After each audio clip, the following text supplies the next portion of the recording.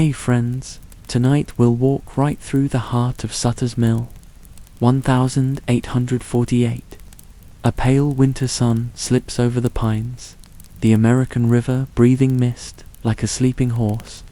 Frost clings to plank and shovel, and the world seems to hold its breath. Before we begin, please like and subscribe, only if this truly helps you unwind. Tell us in the comments where you're watching from and what time it is there. Now lie back and get comfortable. Let's begin tonight's story. Hello, dear listener, and welcome to our tale of the first spark Sutter's Mill, 1848. Chapter 1. The River That Spoke Softly. The morning was thin and blue, as if the sky itself had been washed on a stone. Beneath it, the South Fork of the American River moved with a steady hush, a long satin ribbon slipping past granite and root. In the hush, a few men worked in coats and mufflers, breath ghosting in small white clouds. The mill race, fresh cut and stubborn, funneled the water toward the new sawmill, where teeth would soon bite timber for a growing dream called New Helvetia. The dream belonged to a Swiss immigrant named John Sutter. The morning belonged to another, James W. Marshall, compact, careful, and always listening. Stepped along the tail race boards with the patience of a carpenter and the curiosity of a boy. Water hissed over the planks, smoothing splinters, polishing the edges of his work. He crouched, palm on damp wood, reading the river's weight. A small adjustment here, a notch there. He had been doing this for weeks, teasing the current into the shape the saw required. It was a January morning, 1848. The valley was quiet, except for the birds and the river and the occasional thunk of an axe echoing through the trees. It's strange how history begins, not with a blast of trumpets, but with a second look. Marshall's gaze drifted down into a shallow eddy where the water combed the gravel. Something winked, not brazenly, not like a star, exactly, more like a breath of light that refused to be swallowed. He frowned, leaned closer, and, with the patience born of long days on raw land, he reached into the cold. What he lifted was a small, irregular crescent, smooth on one side, rough on the other, catching dawn like a tiny moon. Gold is a word that feels heavy in the mouth, but in his palm it felt soft, almost shy. He turned it with a thick finger, then pressed it against a nearby stone. It flattened, keeping its light. He bit it. It yielded, not like brass, not like mica. He stood in the river, water soaking the cuffs of his trousers, and listened to his own breath, stepping into a new kind of silence, one that opens when a life takes a turn it doesn't yet understand. He found more. Flakes, small nuggets, friendly curls of sunshine dredged by the mill race from the river's bed. He cupped them like a boy cupping minnows, laughter stuck behind his teeth. Then he straightened, pocketed the glittering proof, and began the walk to Sutter's Fort, to New Helvetia, where the man with the dream kept ledgers and hopes and witnesses. The path from Coloma to the fort ran through air sharpened by pine and cedar. Each step seemed to ring a little. Marshall imagined the piece in his pocket as a small bell, chiming softly against cloth. The land had other bells, coyote calls at dusk, owls in the night, but this one was new, a metal promise, humming where it lay hidden. Along the trail, the river ran beside him, and he kept glancing toward it, as if it might nod or smile. A companion who'd offered him a secret. Secrets are winter birds. They fly close to the ground and land softly on gloved hands. Marshall reached the fort by afternoon, boots dusted and cheeks bright. He asked for Sutter. John Sutter, stout and groomed, wore the air of a proprietor, a man whose mind was filled with inventories and plans. He listened to his millwright fingers, steeples, and the fort's adobe walls breathing coolness around them. Marshall set the flakes on a table where the light could find them. It did, eagerly. The room warmed, though the fire was small. Sutter believed in new beginnings, but he also knew how easily beginnings unraveled. He had seen land shift beneath paper claims. He had felt empires tilt. The Mexican flag had flown here, and now American soldiers moved like a new wind through the valley. Treaties were rumored. Maps were being redrawn in rooms far away. So Sutter, cautious, asked for tests, not one, but several. A hammer, a pocket knife, a lye bath. Each small trial was a doorway.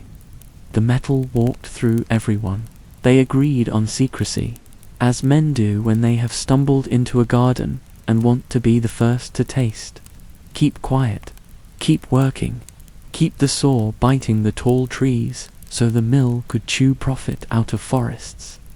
Keep the flakes in a folded paper tucked away. Keep the rivers whisper under a lid. But rivers do not keep still, and neither do stories. That night, the fort smelled of tobacco and mutton and green wood smoke. Men talked about the weather and wagons and wages. They talked about the Mormon battalion veterans finishing their terms, about ships in Yerba Buena Harbor, about the road that might go over the Sierra if winter would only loosen its teeth. And in one corner, low voices shaped the word gold with a care that made it glow even in darkness. Outside, under that thin blue sky now silvering with stars, a different silence settled over the valley. The kind that comes when something vast has just pushed up through the soil and paused, listening to its own newness. Somewhere in the distance, an owl called twice. The river answered with its long, patient sigh. In the days that followed, Marshall returned to the tail race. He waded with closer eyes, as if he had learned a new alphabet overnight. And now every ripple was a sentence. Flakes were hiding like small suns at the edge of shadows. He scooped and sifted. A man named Henry Bigelow wrote in his diary about gold and Marshall and the day's cold light. A cook at the mill, it is said, nodded at the metal and spoke with a plainness that felt like a bell ringing in daylight. Yes, that's gold. Quiet spreads more quickly than noise when it is the right kind of quiet. It slipped along the planks, through the trees, downriver, toward a ferry, up the road to a store where beans and boots and candles sat waiting, daring anyone to think of anything else ever again. It slid into a merchant's ear, a man named Sam Brannan, who felt the floor tilt the moment he heard it. He would soon walk the streets of San Francisco, a bottle lifted high, shouting gold, to the gulls and the sawdust, to the sailors and the gamblers. But for now, the word perched, waiting. What happens to a world when one morning it rearranges? Ships will be left at anchor with their crews gone to the hills. Newspapers will pause mid-sentence, their typesetters slipping away with shovels. The road through Panama will bracelet itself with hurrying men. The Oregon-California trail will feel new weight, and the Sierra will learn the taste of boots and hope. A city with a fine Spanish name, Yerba Buena, will rise and rename itself to stand on the edge of a cold, rich sea and watch the horizon for sails. But on this first morning, none of that is yet visible. The land breathes slowly. The river mends its own edges. The flakes lie bright and small in a carpenter's hand when Marshall returned to Sutter and they looked again at what the river had offered. A hush settled over them both, the kind that feels like a church empty of people and full of light. Sutter thought of fences and fields, of orchards and cattle, of deeds and borders, and whose law applied on which side of which river. He thought of the Nisinan people, whose villages and trails threaded the hills long before adobe walls dreamed of wheat. He thought of soldiers in green and grey, and of rumors carried on mule hooves. A treaty, perhaps inked far to the south, that would turn Alta California into something else overnight. And now this, gold in the riverbed like stars spilled from a pocket. He tried to imagine keeping the lid on, a lid over a river, a lid over the sky. He nodded to Marshall anyway, as if men could lie in the Pacific. So they worked. The saw bit planks. The tail race deepened. The winter sun washed itself along the boards, and the men's cold hands, quiet mouths kept a secret that widened beneath their feet like a smile becoming a laugh. Nights, the fort's rooms held a softness, low voices, candle shadows, plans stacked like timbers. Days, the hills listened, old and patient. Somewhere a coyote trotted across a ridge, stopped, and looked down as if it could already sense the footfall of multitudes that would come, tents sprouting like mushrooms after rain. By the second week, the edges of things had begun to fray. A rumor here, a glint in an eye there. A trader who asked too few questions. A teamster who lingered a little too long by the mill race, peering into the water with a fisherman's stillness. The secret wanted air. It had been born in a river, after all. It would not thrive in boxes. The night before everything changed, Marshall walked alone along the water. The moon slipped between the pines like a careful hand. He held a small nugget in his palm and rolled it with his thumb, as if it were a worry stone. He wondered what the hills might look like in a year, in two. He wondered if a man could hold onto a place the way a river holds onto its bed, flexing, but never letting go.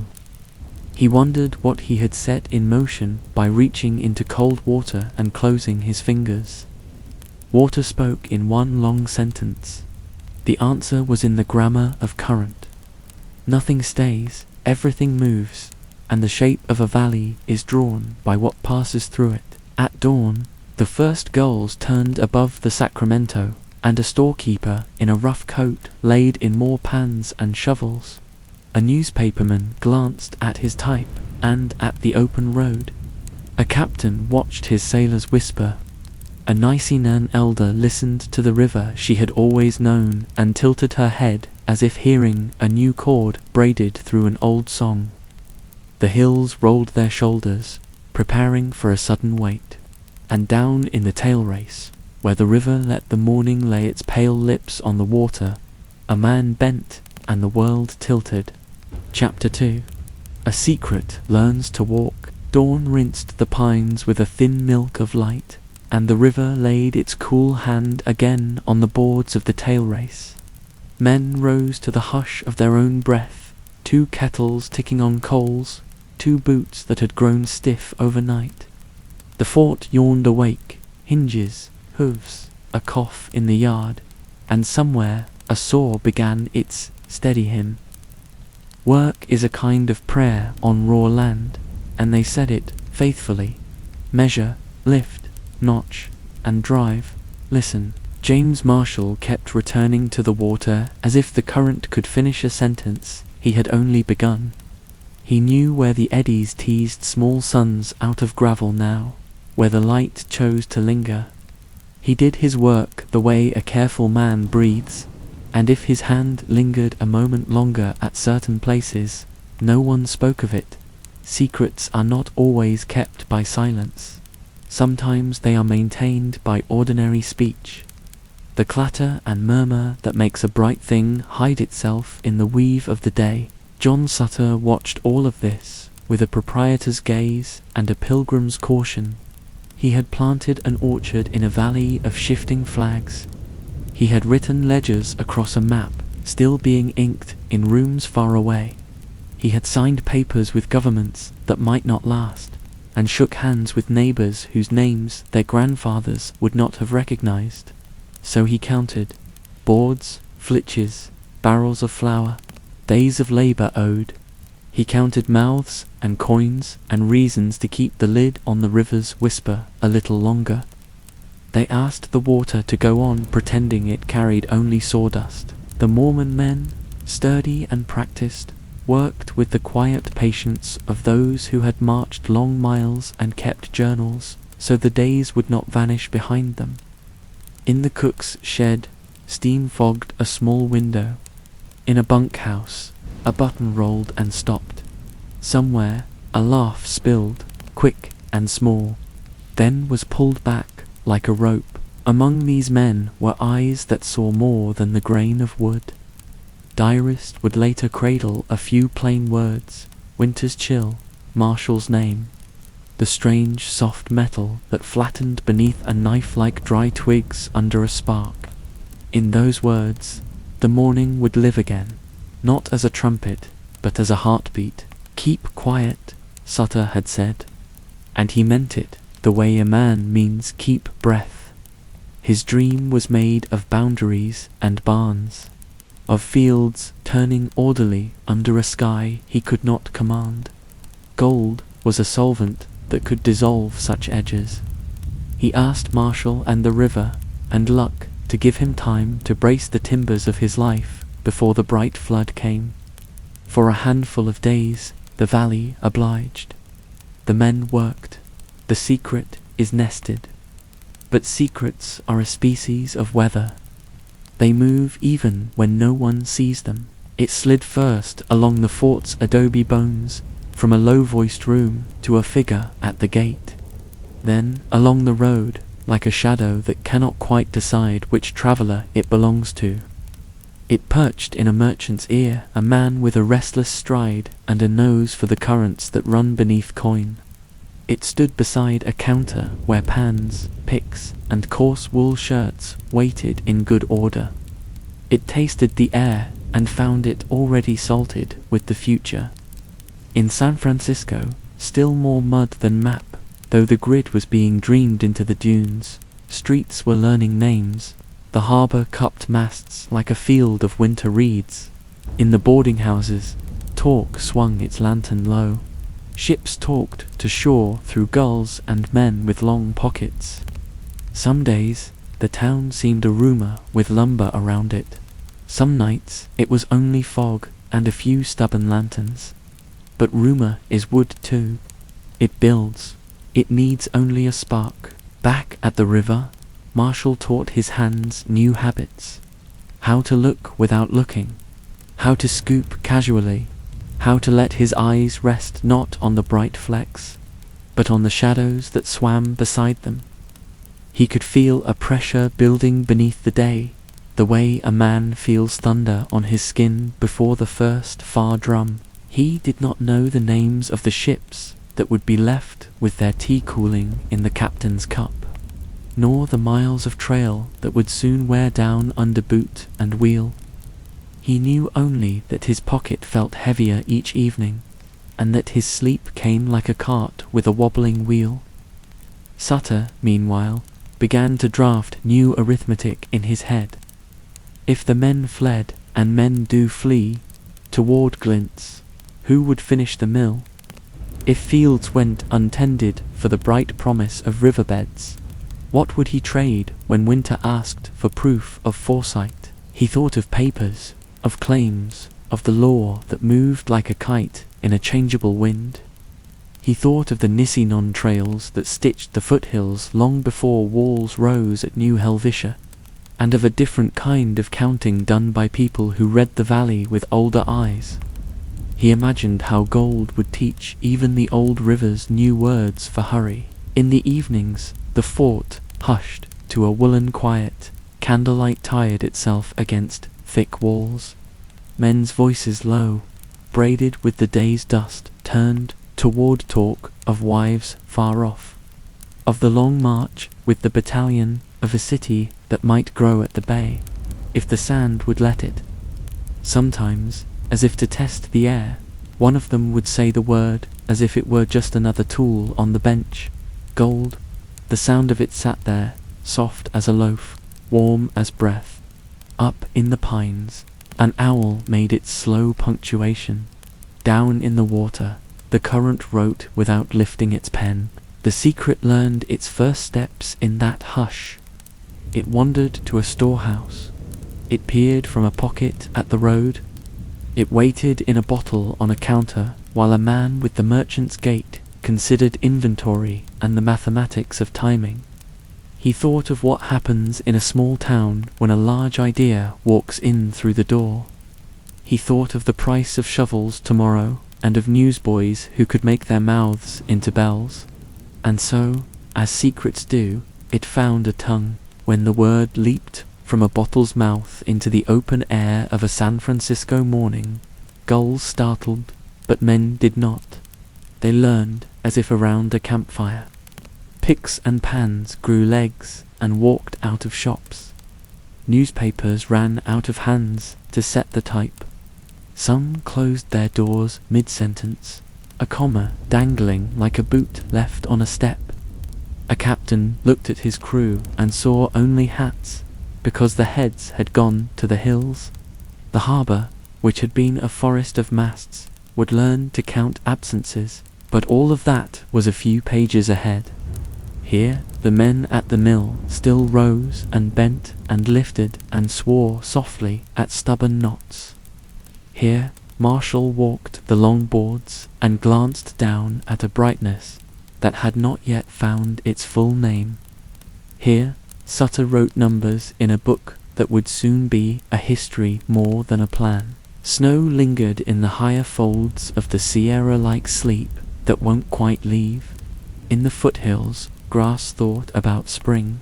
Along the Sacramento, rafts nosed toward shore and backed away again as if practicing.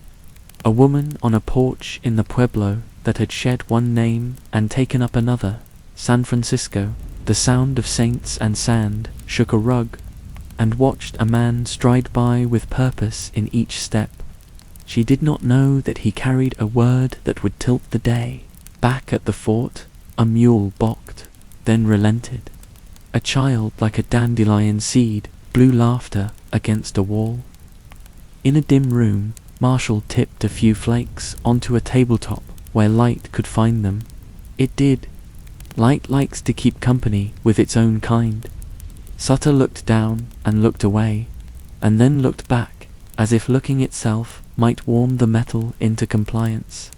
Time, he said finally, not to Marshall, not to the men outside, not even to the river, but to the general idea of keeping lids on things that want to be sky. A little more time. Time is a stubborn horse. It moves at its chosen pace. And so the days arranged themselves like fence posts out along a planned line, evenly spaced until, at some turning, the ground rose and the rhythm changed. News began to move quicker than wagons. It moved in pockets and letters, in the tilt of a shopkeeper's head, in the eyes of a ferryman who had begun to see the river not just as water but as a corridor of haste. It moved in a diary line, neat as a stitch.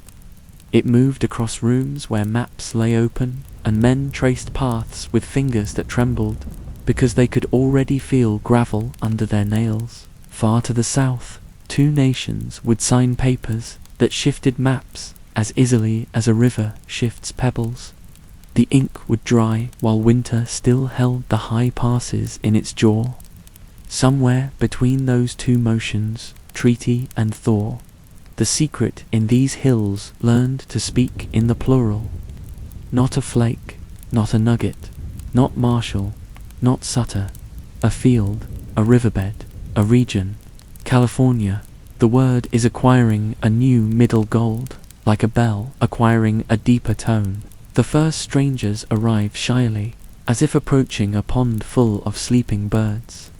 A man from the coast whose hands had learned to coil rope and count barrels watched the water with a beginner's stare. A farmer who knew the language of furrows tried to learn the grammar of riffles. They moved as men move when a story is turning toward them, and they want to appear casual about being in its path. At the mill, work wavered. A board went unmeasured. A nail bent that might not have bent if the hand had been fully present. The saw's song injured itself against carelessness. Sutter felt like a draft under a door. He spoke to men of wages and of the way a plank can be a promise if you let it. He urged, he reasoned, he offered a share here and there to keep hands at the teeth. He stood in his own doorway at dusk and considered what to do when the future arrives with its coat unbuttoned and asks for a bed. The Nisinan elders watched the foothills with the practiced calm of those who have counted seasons by acorn and salmon, by bloom and burn. They listened to the river and the wind more than two men's words.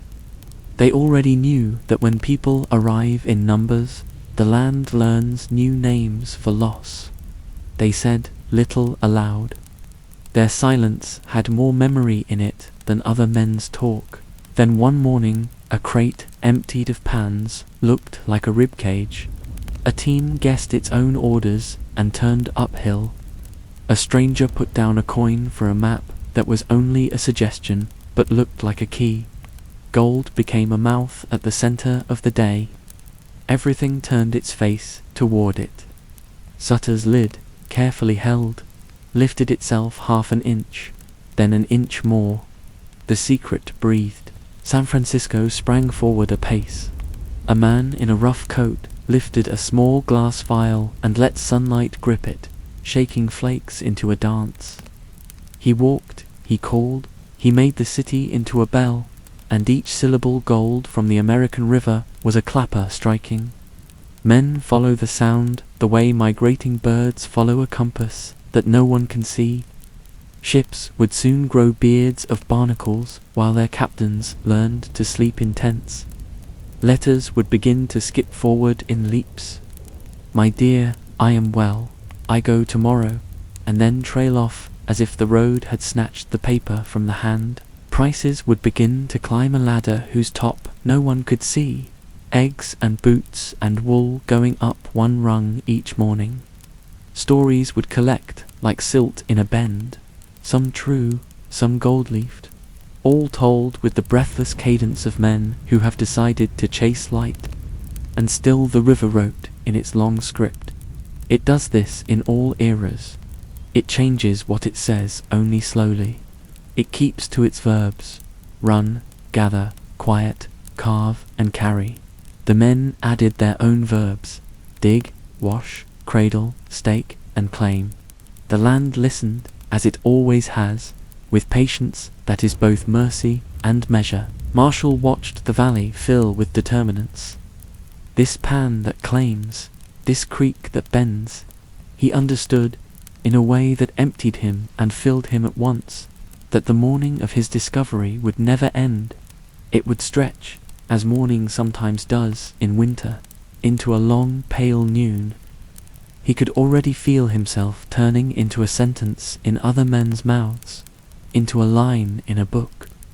He longed for his work to keep its rightness, the board flush to board, the beam square to beam, even as his name learned to live at the edge of campfires he did not light. Sutter began to collect paper against the flood.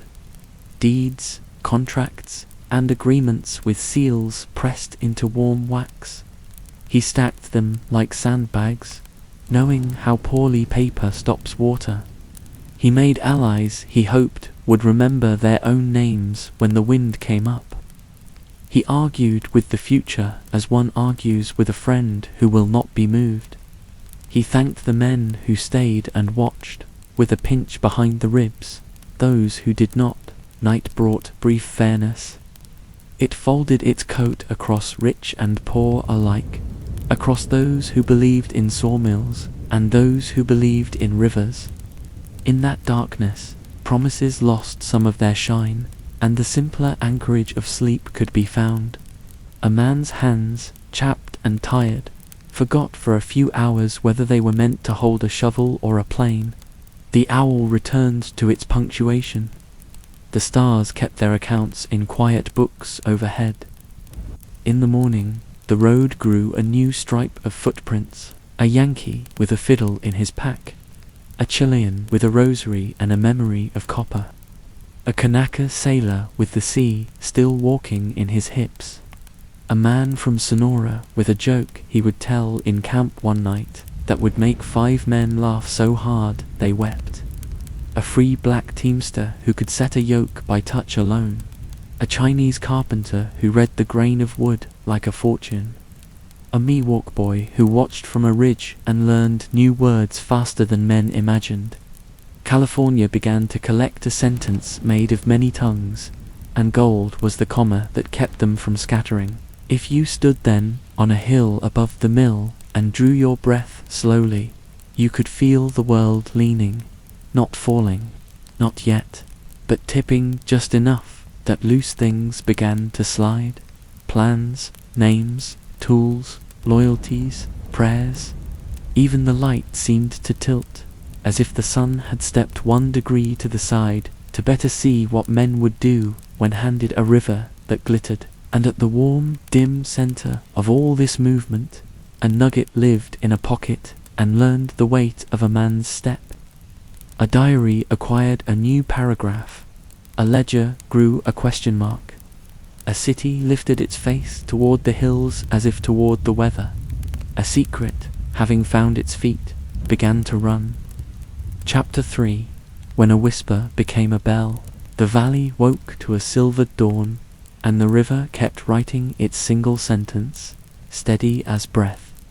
In that pale hour before the day makes up its mind, the tail race hissed over plank and pebble, and small suns lodged in the seams of gravel like seeds waiting for a warmer season. Men rose, and boots remembered their feet. Coffee steamed in a tin. A quiet spread its blanket over the camp, and for a few heartbeats the world held still, as if listening to its own pulse. By noon the stillness had thinned. A wagon creaked toward the hills that had learned to accept such offerings. A stranger's hat cut a new silhouette against the pines.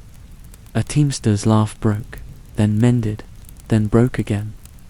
The secret moved through the day with the confidence of a foal finding its legs wobbly, then sure, then suddenly fast. In San Francisco, the sand hummocks and plank walks, the raw-boned grid and salt-cured air were already learning the taste of announcement. A merchant with a preacher's stride, Sam Brannan felt the secret as a pressure at the back of the tongue, the way a shout gathers before it is born. He'd seen the flakes. He'd handled bright proof. He had stocked his shelves for a tomorrow he intended to summon with his own voice. The morning he stepped into the street with a small glass vial. The bay lay calm as hammered tin, and gulls wrote careless syllables on the wind. He shook the vial, and sunlight woke inside it. Gold danced, light answering light. He lifted it high, the way a sextant is lifted to find a course. And then he called the word the city had been waiting to hear, though it did not know it. Gold from the American river. He said it again, making the syllables into a bell. He walked. The word walked with him. Men follow sound like iron follows a magnet. A clerk halfway down Portsmouth Square lifted his head as if a draft had reached him. A sailor leaned on a piling and straightened, without quite meaning to. A woman paused with a loaf in her hands and did not set it down at once. The word moved through them. It is not too much to say, it moved through their ribs, through their old plans and careful budgets, as a warm wind can move through tall grass, laying it down and raising it again in a new direction. Meanwhile, far to the south, ink cooled on a treaty that turned Alta California into something else, while snow still clung to passes like stubborn thoughts. February 2nd, 1848. The paper's promise travelled more slowly than rumour, but it travelled. Maps in distant rooms grew a new edge. A flag rehearsed a different flutter. And between paper and weather, a river in the foothills went on combing small suns out of its bed, as if nothing at all had changed. Change did not ask permission. Ships in the bay began to discover how quickly a crew can become a myth. Somebody shouted from a quarterdeck and got only the cry of a gull by way of answer. A cook wiped his hands and left a pot steaming, and the pot went on steaming, though his hands were already learning the weight of a shovel. A captain, whose patience had the depth of a good harbour, watched his men vanish into the direction of the hills and felt his ship become a floating warehouse, then a stranded idea. The first caravans from the city were small at first, almost shy, like the first drops before a rain commits itself. A wheel rutted the soft road. A mule considered its future and then accepted it. A man who had tied knots all his life learned to tie a different kind around the mouth of a sack heavy with gravel, and in the evenings fires stitched a rough seam across the foothills, light mending the dark with low, deliberate stitches. Back in the fort, Sutter watched his arithmetic grow unwieldy. He added numbers that did not wish to sit still. Wages, shares, debts, half-promises, and found they would not balance against a brightness that belonged to the river more than to any man. He walked his rooms with a ledger under his arm, the way a father carries a child he cannot soothe. He stacked papers and pressed seals and held conversations with the future that sounded polite but had the firmness of a doorframe. The mill's teeth sang when men attended them. They wind when men did not. Increasingly, they wind. Marshall kept to the tail race, where his craft still recognized him. He measured with his eye the way a shepherd knows the wideness of his hills without counting. He still felt the joy of making water do useful work, of matching fall to force, of persuading a current to bend itself into a mill's need. Yet even in that joy, a restlessness had nested. He could feel the gravity of other men's wanting, the tug of 1,000 pockets turning inside out.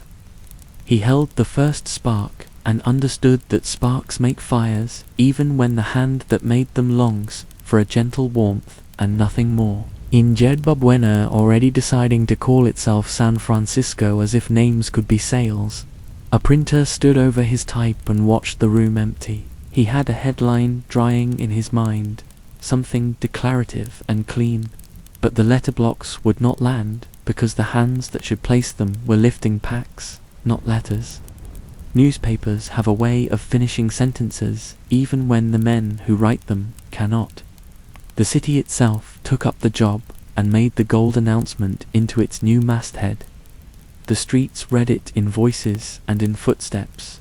Soon a letter would cross a kitchen table in the east, its ink still young, declaring that pieces of the earth out west could be made to gleam in a pan, that a year's luck might fit into a pouch, that a man who had been poor in the morning could stand later that same day with his pockets shining like the thought of heaven.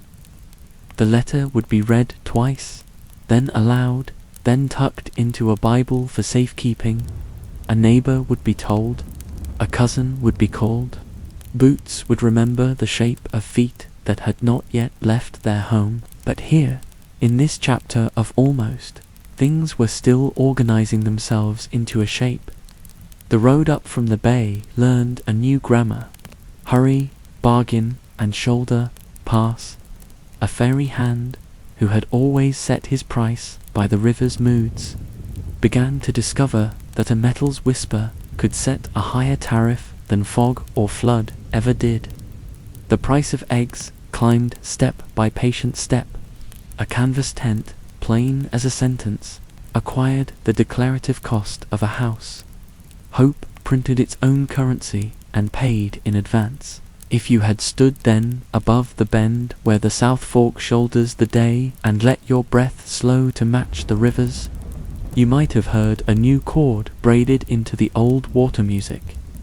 It had the tone of many languages at once. A word from Sonora, a reply from Boston, a blessing from Oahu. a song half remembered from a village along the Pearl River, a hymn brought by men whose journals bore the tidy script of the Mormon battalion. The hills began to speak in a braided tongue, and the mountains, old and patient, did not interrupt. Some came by Cape Horn, riding the long curve of the world until their eyes learned to separate horizon from dream. Some came by Panama, sweating a fever out of the leaves, stepping from ocean to ocean as if crossing a page from one paragraph into the next. Some came by the wide American road, the one the sky wrote in dust and the continent stamped with wagon wheels and hoofprints, where rivers had to be named as either obstacle or friend depending on the day. They came with pans and boots and the memory of winter in their coats. They came with songs and quiet arguments. They came carrying the idea that work and luck might be twins if the light was right. Along the riverbeds, new camps blinked awake each morning like animals who had chosen a den in the dark and were now surprised by the view. Tents faced the water as if it were a stage. Men stooped over sluices with the grace of prayer. Cradles rocked gravel the way a mother rocks a cradle for sleep. The word claim learned the smell of canvas and bacon grease, the rasp of a file, the particular scrape of a shovel blade at the moment it meets a different kind of stone. Not all brightness is agreed to be owned. Not all promises kept their warmth. Some pans sang, many did not. Those early days carried mercies, the easy flakes lying where a hand could coax them into daylight without much fuss, and they carried lessons that a river's first gifts are generous but finite, that more effort buys only deeper cold and stiffer backs, that companionship tastes better than hunger, and that a day's luck cannot be borrowed against tomorrow. Sutter learned these lessons at a different pitch. He watched men barter their way out of his dream, and he watched his orchards ask for hands that had left to ask the river for light. He made compromises that felt like sanding a beam until the plank itself became sawdust. He held conversations with law that slid from one language to another, mid-sentence Mexican titles, and American courts, local understandings that fit like a coat when the day was still and came apart when the wind shifted. He kept his dignity as long as he could, which is to say he kept counting. Marshall bore a separate weather. In the camps that leaned toward the river, his name walked ahead of him like a shadow. Men wanted to see the hand that had first lifted the light. They wanted to ask which bend, which riffle, which color in the water tells the truth most faithfully. He answered as best he could, his voice made of practicalities. Pan where the river is slowing. Look where water has tugged a pocket in the bank. Trust the weight in your hand more than the chatter in your ear. He spoke softly because the land around them had earned that tone. The Nicenon people, who had known the tenor of these seasons longer than any newcomer could live, watched their trails develop a new echo. Their fishing places acquired neighbors who did not always know what it means to ask a river for food with humility. They understood quickly that gold is an eater of boundaries and an unthreader of agreements, that it unties careful knots. They kept counsel among themselves and tried to hold the old knowledge steady, even as the new one spoke in a voice that did not lower itself at dusk. The bell of announcement, once rung, found more clappers. In December of that year, the bell would reach Washington, and a president would lift the information into the chamber like a lantern, making the news official in a tone fit for the record. But months before that, December, it was already official in the timber camps and on the decks of ships and along the cutbank turns of creeks. Efficients are one thing, certainty is another. Men had certainty in their hands and mud on their boots.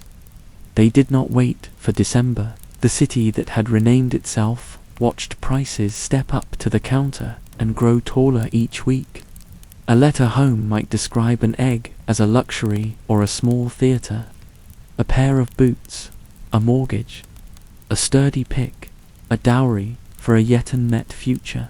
Tailors lost customers to the hills and began to sew canvas for tents. Barbers found their chairs empty and took up panning, discovering that hair and gravel disclosed their secrets only if addressed with the proper patience.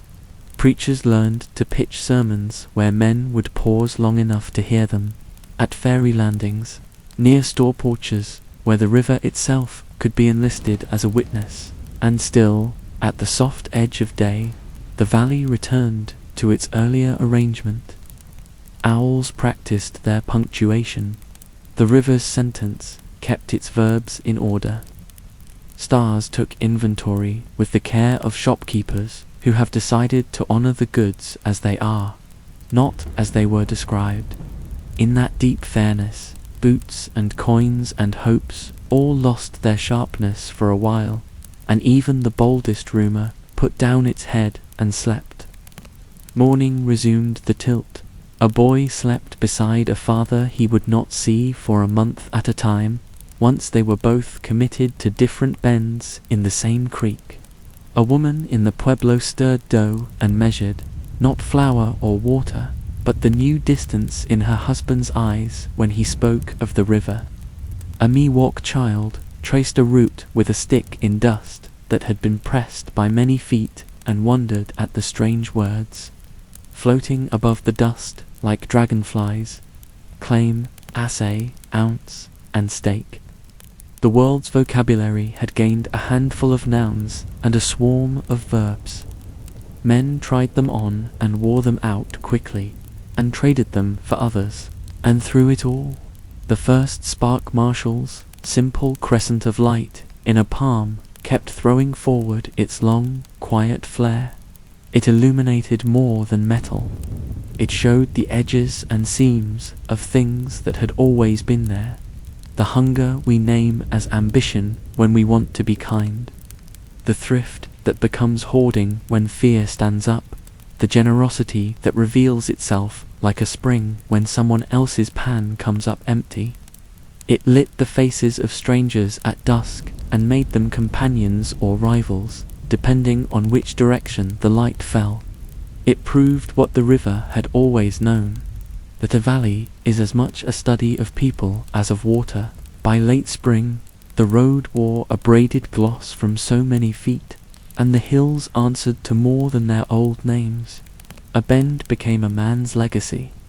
A gravel bar earned a reputation for singing well in pans. A low ridge learned to hold the sound of laughter in the hour after supper, when men, having been disappointed by daylight, forgave it in darkness. Tall tales laid their planks, and truth crossed on them without getting its feet wet. There would be law by and by courts that dragged their chairs into tents, codes hammered together with more hope than precedent, rules agreed upon at a noon meeting and broken at dusk by a man who could not bear to go to sleep poor. There would be fortunes big as barns and losses you could not sweep out of a room. There would be ships bearded with barnacles and streets that smelled of pine and salt and sweat and ambition's old cologne. But that belonged to the next chapters. For now, the bell still rang itself into being, one voice after another adding its ring, until even the stones inclined their ears. At the mill, the saw, faithful when it could be, cut its straight, honest lines, planks stacked square to square, as if making an argument in wood to a future that respected only shine. Sutter, tallying, tried to let the rhythm of measured timber steady the part of his mind that had begun to sway. Marshall, walking the tail race, considered the bright quiet sleeping in the seams, and felt both father and witness to a story that would spend him as stories do. The men around them, elbows bent, backs set, decided 100 small decisions each hour that together wrote the next page's paragraphs. The river, as ever, approved of verbs: run, carry, carve, and now reflect. And so the whisper, having learned to walk in the last chapter, climbed a low hill, found its pitch, and became a bell. Its tone travelled, it crossed water, it threaded forests, it entered kitchens and docks and courthouse steps. It did not ask if it was welcome. It simply rang until even the careful and the skeptical felt it in the long bones of the day.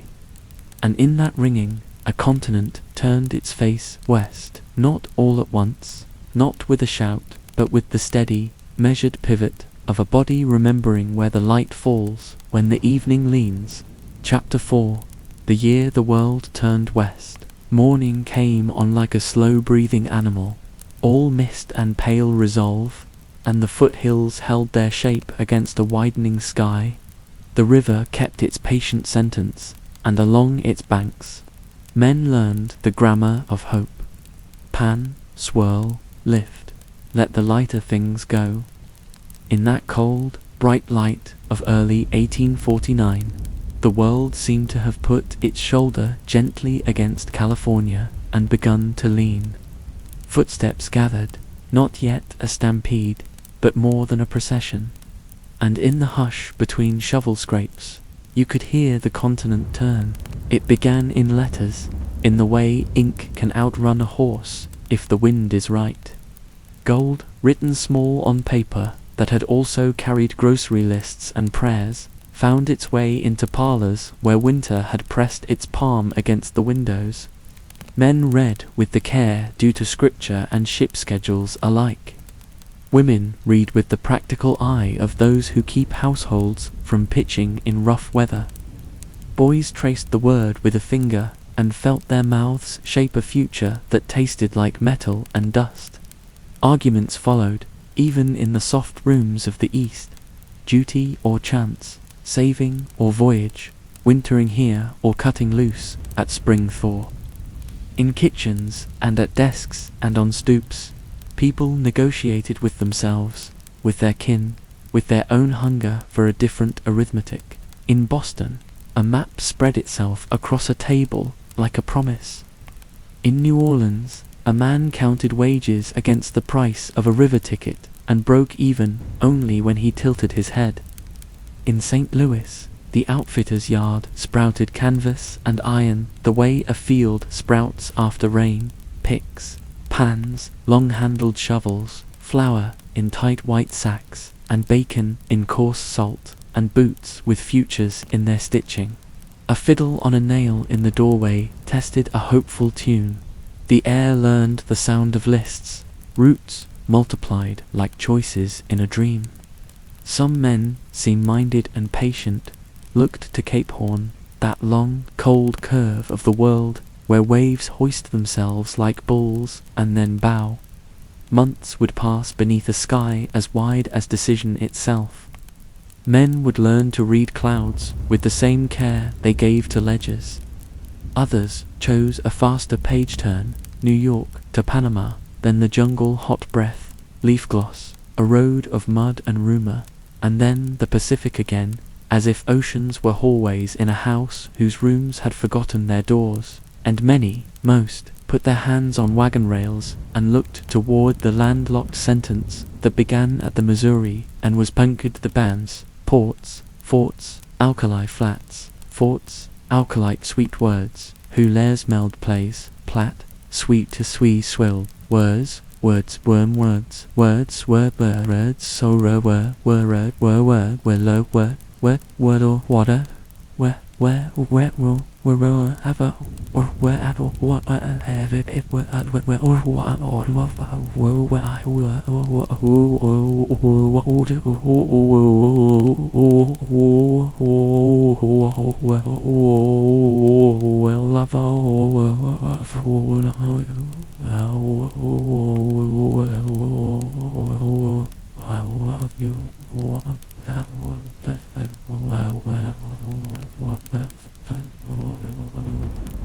On the prairie, spring unfolded its green hand, and wheels found ruts made by others' wants.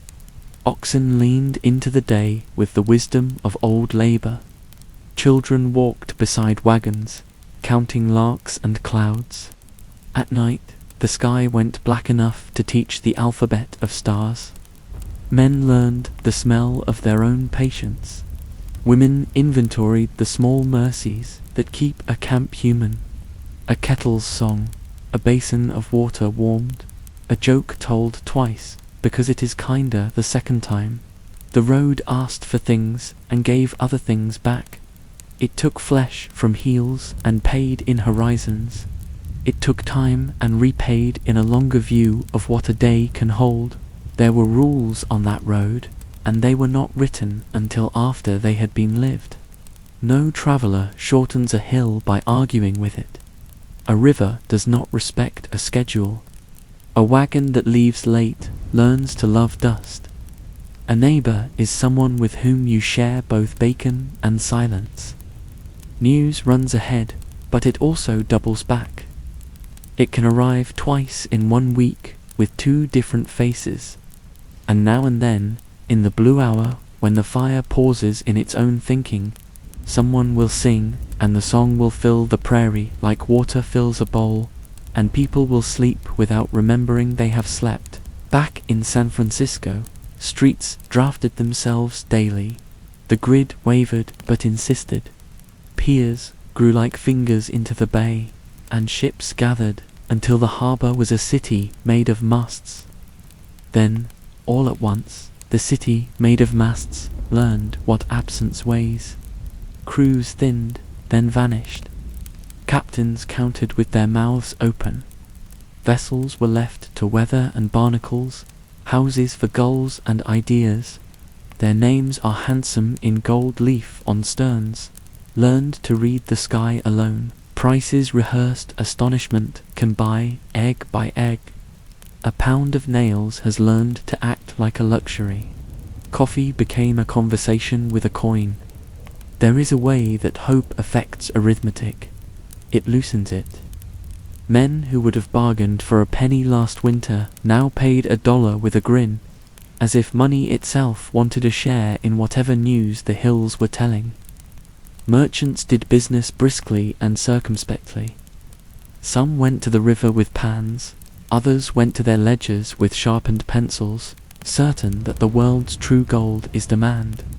Sam Brannan, walking with a bottle of proof, sold tools as if they were passports to a republic founded that morning. He became a kind of weather. Where he passed, prices rose like a wind. Up in the diggings, the language of work multiplied. Panning was a patient circle, water and gravel, discussing with a wrist. The rocker cribbed together from boards, and the memory of a cradle hummed a low wooden music. Pour, rock, wash, hope. The long tom extended the sentence, length and fall. A contraption that asked water to hold its thought a moment longer so gold could forget how to float. Sluices stitched the bank to the stream, riffles catching light that had learned to hide. Tents crouched in rows that remembered streets without insisting on them. Names took root like quick-growing vines. Dry Diggings, Hangtown, Rough and Ready, Mormon Island, Murderer's Bar. A humour rough as canvas nailed them in place. A sorrow, quiet and cumulative, watered them when nights ran long. Luck conducted its lessons without malice. A man could work all day for a glint that would not buy his supper. Another could turn a shovelful casually and meet a brightness that made his knees soft. If envy arrived, it was usually too tired to be dangerous. If generosity arrived, it was usually disguised as a second cup of coffee, a borrowed file, the steadying weight of 2 hands on a beam while a third hand hammered. Evenings mended the day's rips. A story smoothed a frayed edge. A harmonica stitched 2 strangers together for the length of a tune. Law walked in on tired feet, hat in hand. Courts convened wherever there was shade or the promise of it. Miners' meetings, with their plank rhetoric and noon certainties, hammered out rules that sounded rude but held a claim so wide and so long. Work it or lose it. Respect the stakes as you would a boundary line at home. When a quarrel ripened into something that would not stay in its bowl, a jury grew from bystanders and tried to fit justice into a shape that would fit a camp. It worked often enough to keep the next quarrel honest, but where gold brightened, other things darkened. The older treaties, those that existed on land and language and mutual regard, frayed. The Nisinan, Madu, Miwok, and other peoples saw their riverbanks turn suddenly into markets, their fishing places into thoroughfares, and their winter stores into questions with hard answers. Disease travelled on breath and blanket. Violence arrived with men whose appetites had no break. Some newcomers asked counsel and traded fairly, many did not. The hills, which know how to hold a story without hurrying it, took all of this in and did not speak. But the rivers remembered. By summer, the diggings had acquired a calendar made of weather and rumour. Rains meant freshets, meant fresh ground. Heat meant low water, meant new bars. A stranger with a map meant a week of crowded banks. A letter from home meant a man who would stare at the creek for a long time and then work with a steadier hand. Sundays gathered themselves out of habit more than commandment. A preacher in rolled-up sleeves stood on a box, and men stood in a semicircle and let their breaths slow until they remembered their own beginnings. The sermon was made of river and mercy, and the smallness of a pan against the length of a sky, and it did what it needed to do. It reminded men that they were not alone inside their wanting. Politics lifted its head like a bird listening in tall grass. In December of the previous year, a president had raised his voice in a chamber back east and set the fact of gold in the record. Official now for those who needed such things. The news continued to ripple outward through 1849 in a sequence of confirmations, proclamations in newspapers, posts on courthouse doors, announcements in towns that had not existed last winter. More ships left, more wagons pitched west. California moved from rumor into country, from mappage into center, and men spoke the word statehood as if tasting an unfamiliar fruit that might yet prove sweet. Not everyone went to the river to bend their backs. Many found their luck where metal met need. A man who could sharpen a saw kept a tidy purse. A baker learned the price of mourning. A washerwoman who had learned early that dirt is one of the world's few. Certainties pinned fortunes to lines in the brief hours when the air would take them. A doctor treated both fever and loneliness. A woman with a kitchen and patience cooked for a price that no one considered too high when the smell lifted over the camp at dusk. Tailors, teamsters, ferrymen, blacksmiths, and innkeepers. California filled its pockets with the trades that have always made towns possible. And because this was a new town, scattered across hills and river bends, old distinctions softened. A man might be a barber in the morning, a miner at noon, a fiddler at night, and no one thought it peculiar. The valley preferred verbs. There were darker verbs: jump, drive, tax, in time. Laws would be proposed that pressed hardest on those whose faces and languages did not match the majority's reflection. Foreigners, many called them Mexicans and Chileans, Chinese and Frenchmen, Kanakas and Peruvians. Though the river did not ask for passports, a levy on miners not born under the latest flag would arrive and teach resentment how to count. Fists learned to argue. Sometimes guns did the same in a harsher grammar. In such moments, an old truth revealed itself, as it always does, that the wealth of a place cannot be reckoned only in metal, and that the measure of a season is the mercy it finds for strangers. And yet, in the larger weave, quieter threads held. two men discovered they shared the same winter in Ohio and divided a claim because the memory of frost can be a bond. A Kanaka sailor taught a Yankee a knot that would save a mule downstream, and the Yankee taught the sailor a song his mother had sung while shelling peas, and the song lived for a time among tents. A Chinese carpenter repaired a rocker with a join so clean it felt like gratitude in wood. A Sonoran miner found a way to sluice a bend that spared the bank's roots, and a Miwok elder, watching from a shade of her own choosing, nodded once. The day offered small trades of grace. Men took them when their hands were not too full of hurry. San Francisco grew out of its own astonishment. Streets steadied, corners insisted on themselves. Saloons learned the right degree of light for men to believe in each other's faces. A newspaper born from a marriage of former rivals spoke in one voice and many columns, printing news that ran so fast it sometimes passed itself and had to circle back. Theatre arrived, as it always does, where there is money and a need to see oneself exaggerated into comfort. A stage, a curtain, a laugh that permitted men to be human for an hour. Fires came, too, because wood is a promise and a warning, and the city learned to rebuild as if memory were a stack of planks that could be reassembled in a day.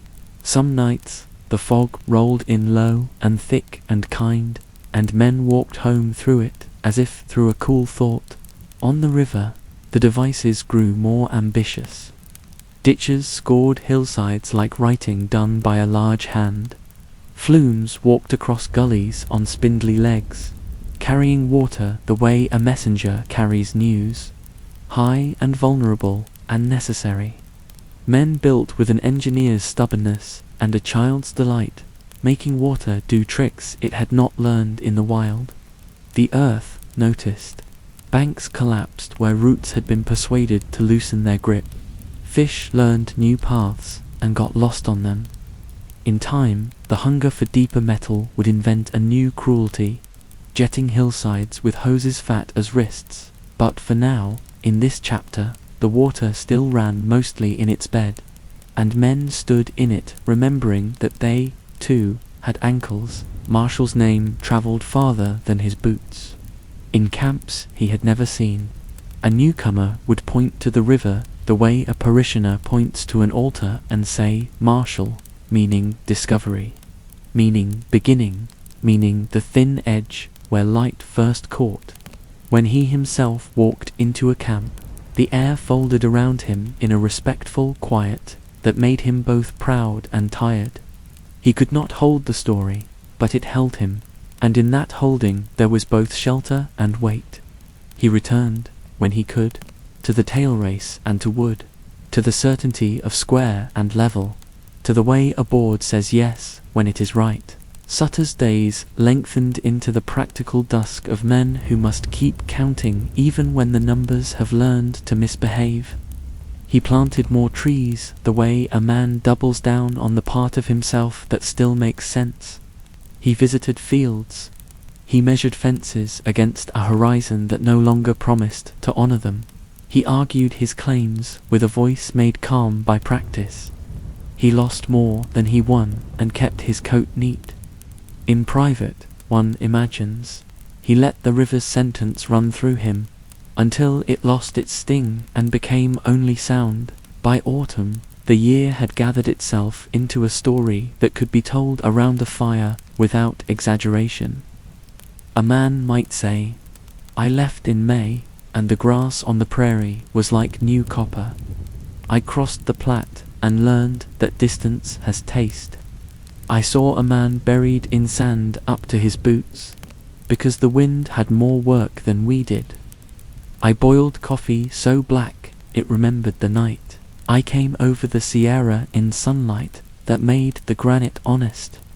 I found a bar where the water slowed, and my pan sang twice in 1 week. So well I had to sit down." Or, he might say, "I came by sea, and the horn gave me a voice like a floorboard." Or, I sweated across Panama and traded a fever for a ticket and woke to gulls that sounded like someone telling a joke. Then he would shrug and show a pouch light with luck or empty of it, and either way the men would move a little closer, because the real currency was the telling. What is a rush? It is a verb that pretends to be a noun. It is a season when the world agrees to live faster than it can think. It is a bell that rings from hill to harbour, from law letter, from prayer to price, from mercy to its absence, and back again. In 1849, the bell rang true enough to gather multitudes, and small enough that a man at a creek could still hear his own breath between strokes. The year taught people how quickly a place can become a centre simply by saying so. It taught them that fortune is a teacher who prefers brief lessons. It taught them that the worth of a handful of days can be measured in both ounces and friendships, and that neither cancels the other. Night, as always, levelled the field. It spread its coat over luck and lack, over men in tents and women in wooden rooms and children learning to read by the light of a lamp that smells faintly of whale. Owls restored the punctuation that the day had scattered. Stars resumed their tallies. The river loosened its shoulders and kept writing, as it had before men came, and as it would after they left, knowing that the earth's true wealth is the way water remembers the shape of its bed and returns to it, even after a long detour through hope. By the time frost visited again, California had a new calendar, and the world had turned west so far that some would not find their way back for love or money. Camps had learned their names. Boats had learned to be buildings. A city had learned to rebuild. A valley had learned the sound of many languages, making one night's chorus. The spark at Sutter's Mill had become a season of flames, bright and warming and dangerous by turns. And still, beneath it, the river's old sentence went on, patient and exact, under stars that mean the same thing in every tongue. Chapter 5. The brightness and its price. The year tipped forward, and the hills accepted another dawn, and the river, faithful to its one long sentence, went on saying what water always says: come, go, and return. Camps woke in low murmurs. Tin cups spoke their small music. A man in a dark coat unfolded a letter and let silence hold it open for a while. Across the foothills, the day arranged itself for work, and hope loosened its shoulders and stepped back into its harness. By now, the roads had learned their lessons. Wagons arrived with the patience of long distances. The bay lifted and let down ships that became lumber yards, hotels, and stories. Men measured their days in pans and inches. Women turned rooms into steadiness, where stew thickened and socks dried and news could exhale and become human again. Children counted gulls and granite and new words. The spark at Sutter's Mill had matured into a season, and the season had grown ribs and rules, arguments and laughter, losses and keepsakes. Luck still taught in its brisk, even tone. A cradle rocked and paid a debt. A sluice sang and then fell quiet, and a man learned to hear that quiet as a kind of truth. Acclaim tested friendships, then remade them as something humbler and more enduring. In the evenings, when the light took its time leaving the ridge, campfires practiced their slow grammar. Tell, listen, pause, and forgive. A harmonica found a tune that did not break anyone's heart, even as it reminded them they had one. All the while, a different brightness gathered far from the creek and cradle. In Monterey, men sat under a high, lean light and wrote the bones of a state into being, their words fitting around rivers and ranges the way good boots fit around long feet. They argued, tallied, and compromised, discovering that the map of minds is no easier to grade than a Sierra road in spring, and soon, back east. In a chamber heavy with speeches, California was welcomed into the Union September 9th, 1850, its gold now a federal noun, its hills a national promise. The thought traveled quickly. We are not only diggings and tents. We are a place. With statehood came the difficult carpentry of law. Some boards fit true, some warped in the weather of haste and hunger. Courts leaned their chairs in tents. Sheriffs learned to ride a sentence through brush and rumor. A miners' meeting could still decide a small fate at noon, but larger fates began to wait in rooms with seals and careful handwriting. For many, this steadied the day.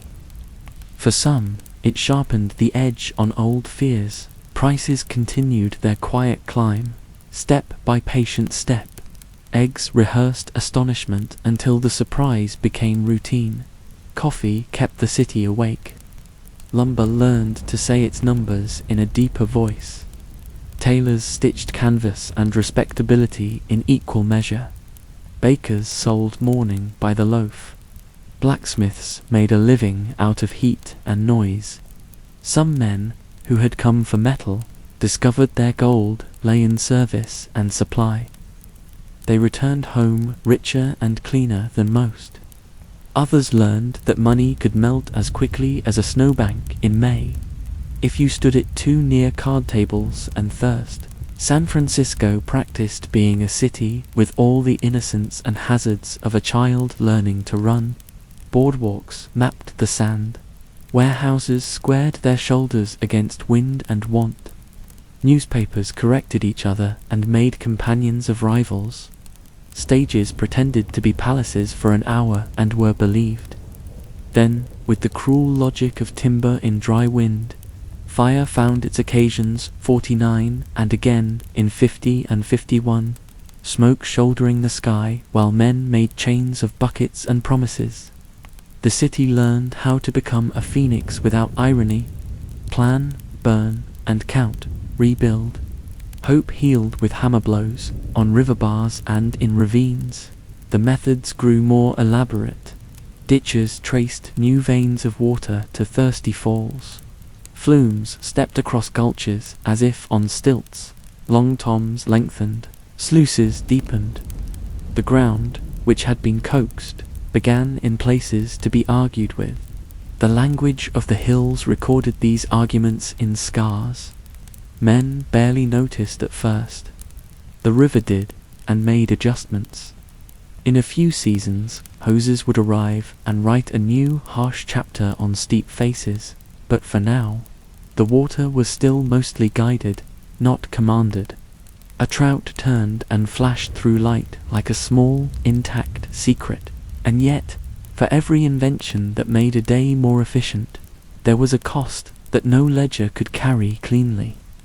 The Nisinon Madu, Miwok, and other peoples watched the earth's older agreements come apart under the weight of tents and claims. Salmon runs thinned where silt muddied currents. Oaks that had fed generations were cut for flumes and feverish streets. Violence, sometimes sudden, sometimes slow and procedural, leaned close. Some men came to trade fairly, to learn, to ask. There were more who did not. The nights remembered the losses, even when the days refused to hold them. In the hush between songs, grief sat down without introducing itself. Other griefs travelled by statute. In that same year of statehood, attacks on foreign miners taught resentment to keep receipts. And men from Sonora and Chile, from Canton and Peru, from France and the islands, felt the arithmetic tilt against them. Some paid and kept to their work, some left for quieter bars. Some stood their ground and their language, and discovered neighbours they had not expected, men who would testify at a meeting that good hands are not a nationality. Camps wrote their own small constitutions, and a few of those were generous. Law and extra-law sometimes moved in step, sometimes in quarrel. Committees of citizens, impatient, certain took hold where they judged the courts to be too slow, or too tender. They left chalk marks on doors and rope burns on beams, and a sickness in the stomach of the city that would not lift for years. And yet those same streets found room for festivals and funerals that braided strangers into temporary kin. No season is all one thing. Gold proved only this, with greater emphasis. Marshall, who had lifted the first light as casually as a man lifts a river-smoothed stone, lived now inside his own echo. He could not escape the story. It had his name for a rung. Some days the attention fit like a coat, more often it chafed. He was best when wood required him, and when water needed the old craftsman's patience. The hills were kinder than the crowds. He kept walking the long boards that framed the tail race, even when the river's whisper had turned into a kind of news that did not leave a man alone. Sutter, who had dreamed in acres and barns, who had always trusted that time could be made to keep an orderly ledger, watched his accounts loosen and float downstream. Squatters came the way thistles do. Disputes grew in the ditch lines like willows, fast and entangling. He argued with papers whose provenance shifted with the weather. He planted trees anyway, an act of both habit and defiance. This is what I do, and therefore, in some small way, still am. He moved with dignity through losses that left most men untidy.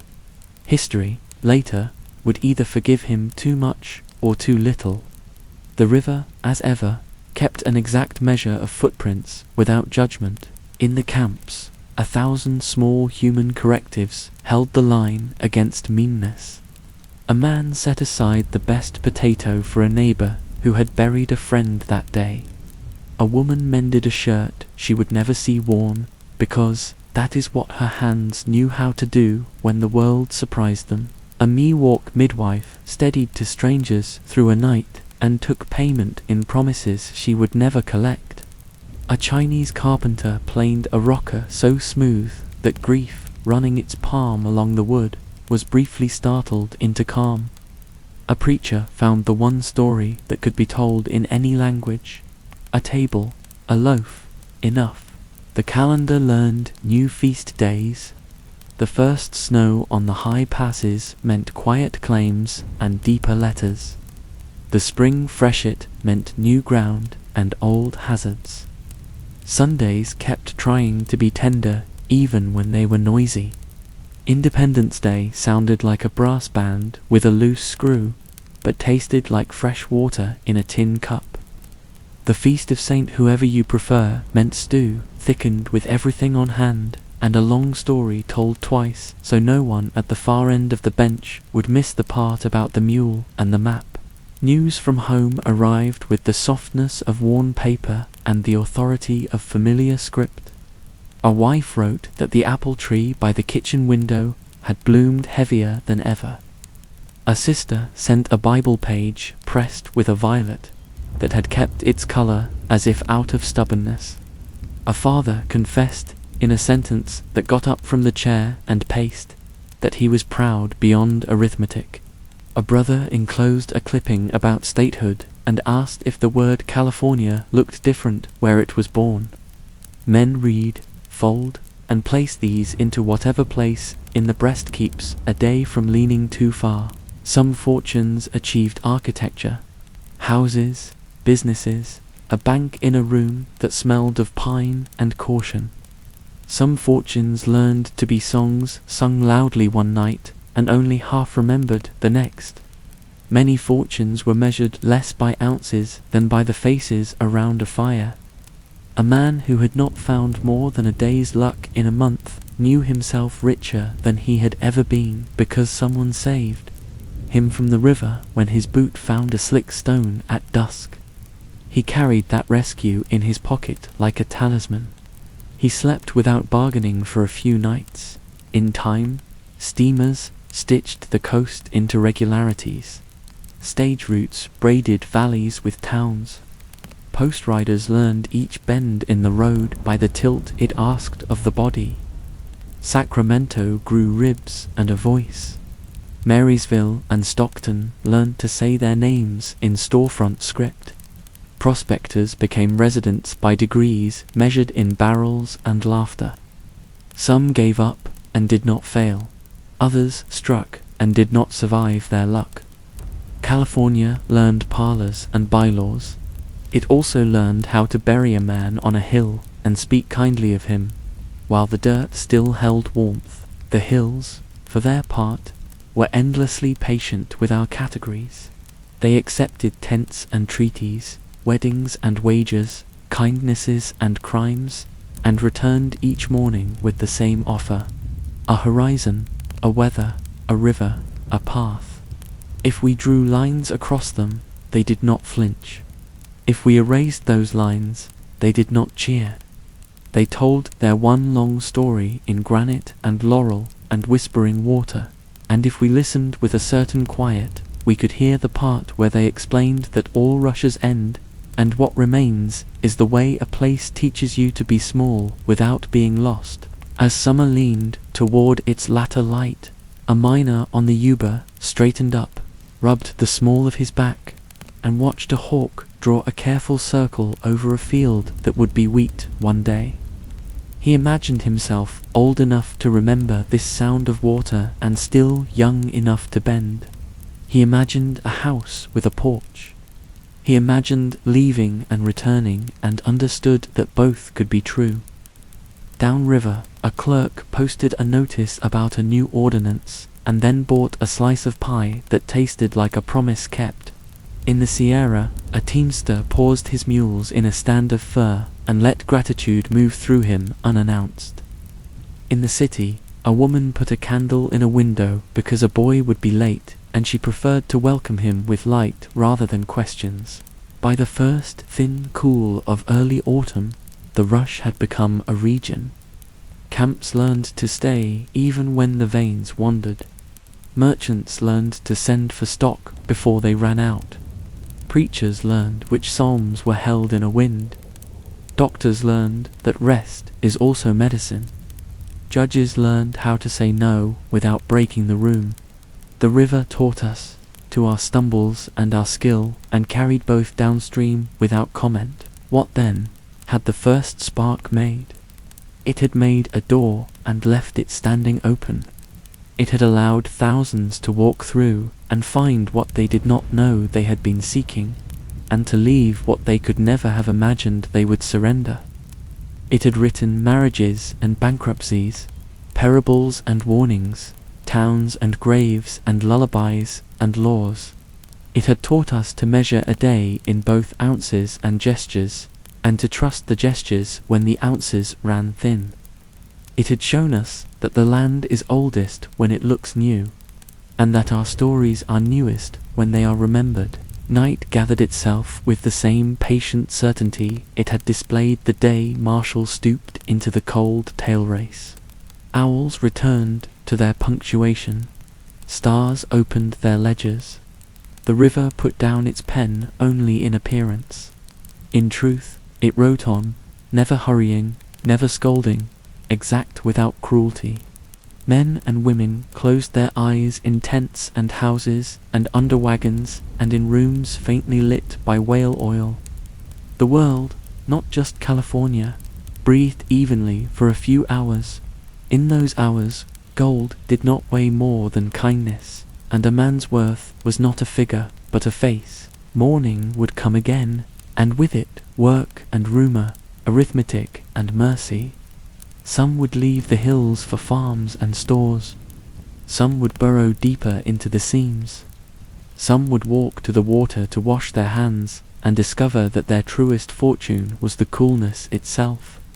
But for now, on this threshold between season and seasons, the brightness sat beside its price, and the balance imperfect, human held. Chapter 6. What the River Kept. Dawn opened like a silk fan over the foothills, and the river continued its faithful sentence, quiet, exact, without hurry. Camps breathed out the night.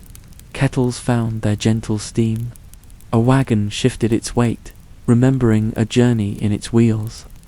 The rush was no longer a rumor, no longer a single year's astonishment. It had become a landscape of choices, and in that soft first light, you could see not only what had come, but what would remain. By now, the diggings had learned every verb water was willing to teach. Pans and cradles had given way, in many valleys, to longer timber-bird contraptions and tall flumes that walked across ravines like careful herons. Ditches traced patient lines along the contour of the hills, moving water from where it had always preferred to be to where men wanted it to do new work. The ground, once coaxed, was argued with, and then, in places, the arguments became commands. A nozzle, a hose, a man with his feet braced, turning water into a blade. Hills flinched, banks slid. The river carried not only light, but the loosened faces of its own keeping. Even so, there were bars that held to an older rhythm. A man still knelt to the stream with a pan and a prayer shaped like a circle. A friend steadied a sluice box with one hand while pointing out, with the other, the color that means maybe. A camp learned to lower its voice in the evening before the harmonica began. Small mercies continued to be the truest currency. A mended bootlace, a biscuit wrapped in a spare cloth, a map sketched with a burnt stick to keep another man from losing an afternoon to the wrong bend. The world beyond the creek beds had set its own timbers. Statehood's paperwork found its shelves. Courts settled themselves into rooms that smelled of pine and sermons about patience. The bay filled and emptied with a steadier traffic. Steamers importing clocks and inkstands, along with flour and hope. Stages arriving at corners that insisted on being called by names. The post discovering a rhythm that let letters come often enough to keep loneliness from hardening into geology. San Francisco rebuilt itself again and again until the very act of rising became its accent. The boards fit tighter, the lanterns shone warmer. A theater curtain opened on a room that, for an hour, let men and women become only listeners, and farther out, in the valleys that watered their own futures, men and women looked up from pans and ledgers and saw farms waiting where the grass pooled in natural amphitheaters. Plows arrived and learned the long, kind speech of loam. Fences that had begun as nervous little lines grew sure of themselves and found gates that swung easily. Orchards planted during chaos came into their patient reign of blossoms. Dairies taught the morning a new quiet industry. A miner woke one day and discovered he had been a teamster for a full season, and that the steadiness of beasts had rewritten his ambitions. Another, who had failed bravely at the creek, folded flour into bread with a skill that made a whole street acquiesce at noon. Some fortunes cooled into architecture and endowment. Some evaporated into stories, bright at the telling and tender in their disappearing. Many settled at a human scale, a shop, a porch, a partner, a table set where light visits at the honest hour. The loud arithmetic of ounces softened into the gentler mathematics of neighbors. I owe you, blurred, often enough, into stay for supper. A man who never struck more than color became the one you wanted, running the ferry in flood.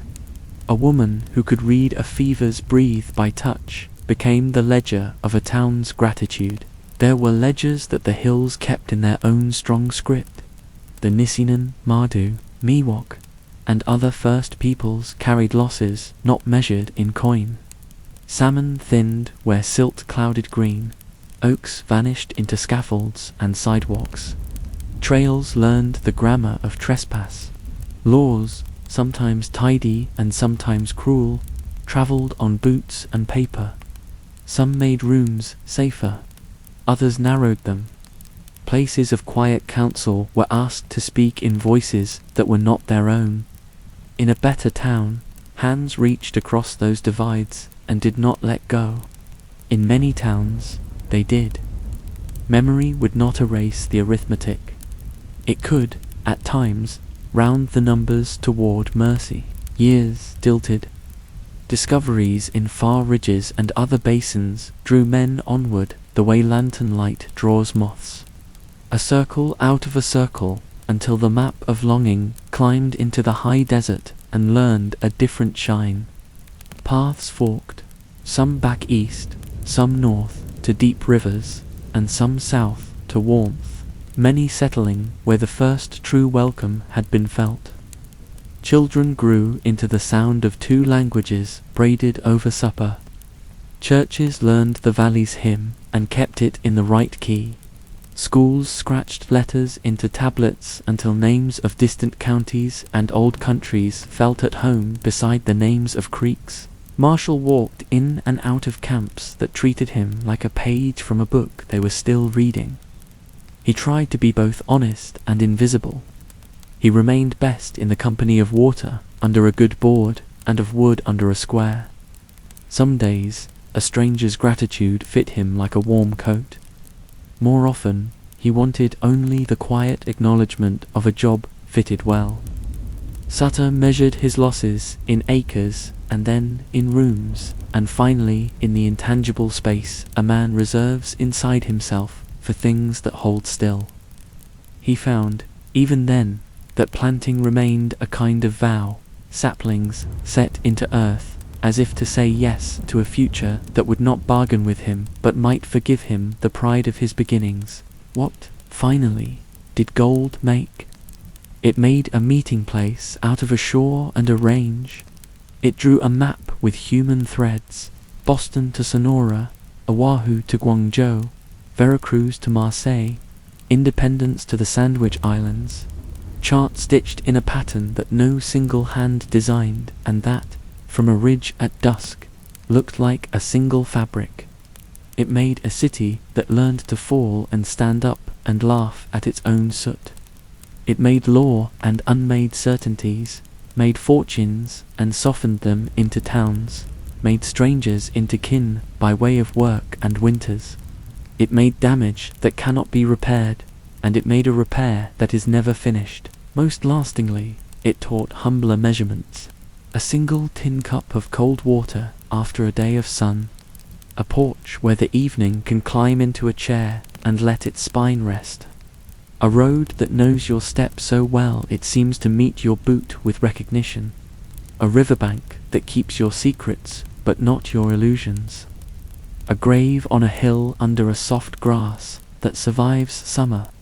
A laugh traded for a sigh, paid forward like a coin. The hand that steadies the beam while you drive the nail. The oak that holds its shade long enough to turn enemies into conversationalists, then, perhaps, into neighbors. The light that remains in a pan after you tip away everything that pretends to be heavier than it is. Stand now on the bend above Coloma. The South Fork moves like the time you can see. Aspen leaves talk in their little tongues. Far up, the Sierra holds snow the way a memory holds brightness, melting at its own speed, feeding what is below without taking credit. A hawk writes a circle of comprehension. If you listen closely, you can hear the mills that are no longer there, and the camps that have turned into other names, and the harmonica that a boy taught himself by listening to the wind in a flume. You can hear Sutter count, and Marshall breathe, and the many languages finding, by trial and hunger and grace, a single word for home. The river does not commemorate. It remembers. It remembers stones and boots, and the lean of a bank before a January turned it, and the taste of sawdust, and the weight of nuggets that became legends, and the silt that became a problem somebody else had to solve. It remembers laughter where it should not have survived, and apologies made too late, and the splashing run of a child whose father finally came back from the hills with nothing in his hands but his hands. It remembers a woman reading a letter aloud, so that a whole room might borrow the steadiness of the handwriting. It remembers that, under every hurry, there is always a slower truth. So, when night comes again, as it always does, watch how evenly it lays itself over the foothills and the city, the orchards and the old diggings, the unmarked places where camps once practiced sleep. Watch the stars open their small ledgers. Listen for the owl's patient punctuation. Feel the air cool, the way a fevered story cools when it is finally told all the way to its end. And let the river's sentence pass through you until your own breathing takes on its cadence. Come, go, return. Now, dear listener, loosen your hold on daylight. Let the bright histories dim to a warm ember. Feel the weight of blankets, the gentle hush of rooms settling, the comfort of knowing that what remained after the rush were the ordinary kindnesses that outlast any season. Rest inside that truth, drift with the water, and so the night falls quiet, carrying their whispers into silence. If you enjoyed this tale, don't forget to like, share, and subscribe so you never miss another whisper in the night. Until we meet again, good night.